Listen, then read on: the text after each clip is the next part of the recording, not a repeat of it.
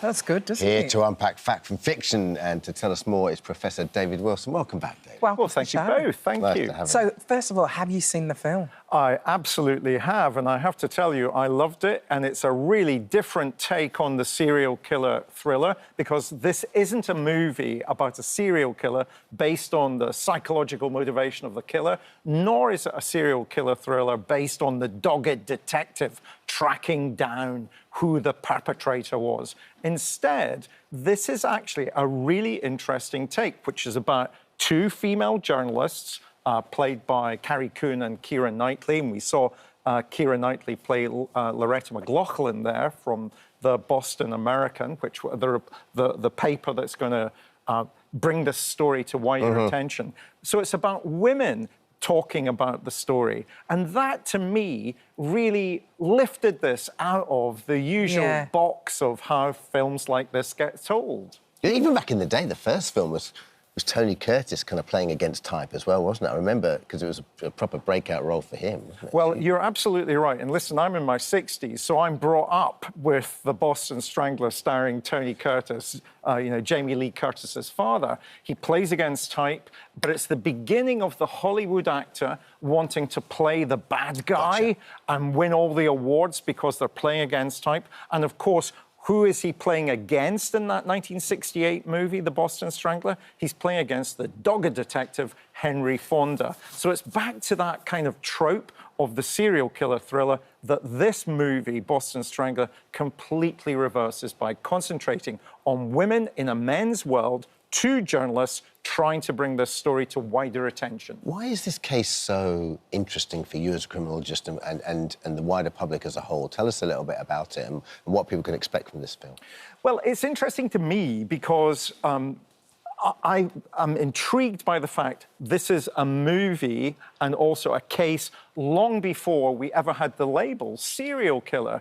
Before, serial killer as a label isn't going to be invented to the 1980s. So I was really intrigued by the story of how this would be told. What I was also intrigued by was the fact that these two women, Jean Cole and Loretta McLaughlin, were virtually wiped out of the telling of the story of the Boston Strangler. And yet they were doing these incredibly interesting things, Alison. They were profiling before there was even a concept of profiling. They were trying to fight their male editors and their male colleagues to say, look, let's actually tell this story of these women that are being murdered. You mentioned at the start, quite rightly, that 13 women are going to be murdered in the greater Boston area. And what's so fascinating about that sequence of murders is that a lot of those women initially were older women, and they tend to be dismissed. Yeah. They tended to be ignored because they were older women. And then, of course, the sequence also includes younger women as the time progresses in terms of the perpetrator being caught.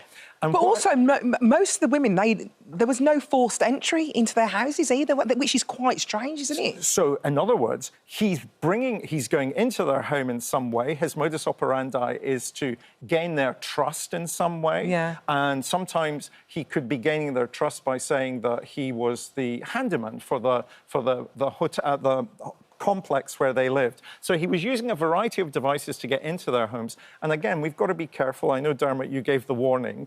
He kills them in a particular way and stages them after they have been murdered. And again, as a criminologist, that's fascinating because that's revealing some of the underlying psychological sexual interest that he has and why he might have been engaged on this sequence of crimes. But these two women really were trailblazers, were they? In a time when it was male-dominated, Loretta and Jean, they literally fought through so much to the point where they were at risk at some moments. Oh, absolutely. And you used the word trailblazer. Let's be honest, we're only talking about their role in this crime now, in 2023. Yeah. But in fact, it was Loretta McLaughlin who coined the phrase, the Boston Strangler. It was Loretta McLaughlin and her colleague Jean Cole who fought the male editor of the American Reporter to say, we should do this story, to which he replied, why is anybody interested in these 4 nobodies that got murdered? Whereas, in fact, Loretta McLaughlin says, yeah,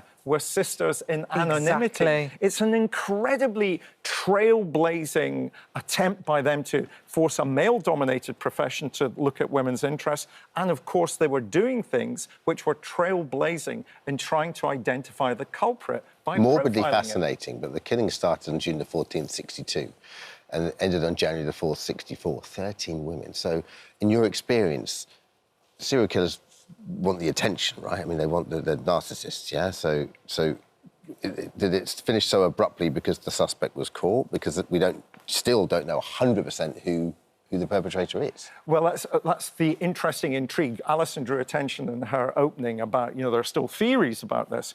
I think we do know who the Boston Strangler was. I think it was Albert DeSalvo, and we can prove that he definitely murdered the final victim, a young woman called Mary Sullivan, and we can definitely prove that he is the culprit there because of the use of familial DNA.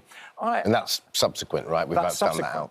And of course, what happens if you look at the sequence of murders, Dermot, they start when DeSalvo is released from jail, and they finish with Mary Sullivan when he's taken back to jail, Albert DeSalvo, for completely different crimes. So this is what I don't understand. So he confesses? He confesses. So he confesses in prison. So why wasn't that confession taken seriously? No? Because he had a very good lawyer who managed to persuade the relevant authorities in Boston, look, he will admit to all these murders if you give him if you don't prosecute him, and therefore he was going to be prosecuted for a sequence of rapes anyway, and therefore that meant that he would go to jail. So he then confesses to the sequence of murders. We now have proof about the fact that that confession was at least true in relation to Mary Sullivan, yeah, because of the DNA. But then DeSalvo himself is killed whilst he's in prison. Another inmate kills him whilst he's locked up in jail. Why do you think we're so fascinated with true crime? Well, I don't just think an interest in true crime is normal. I think it's necessary. I actually think that if we understand the circumstances in which we are likely to face violence, we can choose to avoid those circumstances. That's a good point. And at a social level, if we understand the groups of people who are regularly murdered in our public policy, we can do something to overcome those vulnerabilities in our social structure, which makes women more vulnerable to being attacked, which makes gay men more vulnerable to be attacked, because we can do something about misogyny. We can do something about homophobia. And you're going on tour this year? Is that right? I am. I'm in Salford on Saturday night. I'm in Sheffield the day after. London, Leicester, Canterbury. What is your tour involve, David? How does it work? The tour is called My Life with Murderers, and I decided to do it because I wanted to talk to people about the diverse phenomenon of murder. Sure. And so... I could actually listen to you all day. So I'm coming to the tour, definitely. Listen, The Boston Strangler, streaming now on Disney+. Yeah. Thanks, Disney+. David. You're welcome. Great to have you. You're welcome. Thank you. Thank you.